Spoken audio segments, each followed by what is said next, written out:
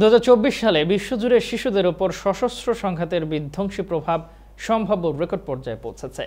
চলতি বছরটি যুদ্ধ সংঘাতে শিশুদের জন্য ইতিহাসের সবচেয়ে খারাপ বছরগুলোর মধ্যে একটি। সর্বশেষ প্রাপ্ত তথ্য এবং বিদ্যমান বৈশ্বিক প্রবণতা পর্যালোচনা করে এই কথা জানিয়েছে জাতিসংঘের বিশেষ সংস্থা ইউনিসেফ। 28 ডিসেম্বর ইউনিসেফ জানিয়েছে সংঘাতের কারণে ক্ষতিগ্রস্ত রেকর্ড সংখ্যক শিশু নিহত ও আহত হয়েছে। এছাড়া অনেক শিশু স্কুলের বাইরে থাকা, জীবন রক্ষাকারী টিকা না পাওয়া এবং গুরুতর অপুষ্টিতে ভুগছে। ইউনিসেফের গবেষণায় দেখা গেছে ফিলিস্তিন থেকে মিয়ানমার, হাইতি থেকে সুদানে দ্বিতীয় বিশ্বযুদ্ধের পর সবচেয়ে বেশি সংঘাতের ঘটনা ঘটেছে বিশ্বে। বিশ্বের প্রায় 19% শিশু এখন সংঘাতপূর্ণ অঞ্চলে বসবাস করছে। 4,72,00,000 সংঘাত ও সহিংসতার কারণে বাস্তুচ্যুত হয়েছে।